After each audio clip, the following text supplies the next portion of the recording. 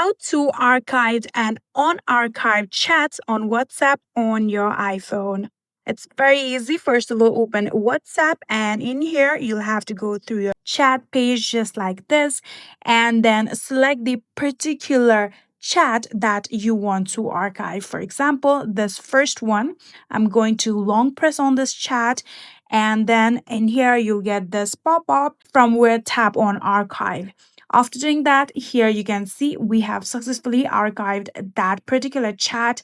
Then you'll get a archived option right here. In order to unarchive it, simply tap on this archived option right here. Then from here, simply tap on edit, then tap on select chat, then tap on the chat that you want to unarchive just like this. Then simply tap on the unarchive option right here. And just like this, here you can see we have archived and unarchived the chat on your WhatsApp on your iPhone. And that is it. I hope this video was helpful to you guys. If it was, please do not forget to hit that subscribe button and like our video. Thank you so much for watching. See you in the next.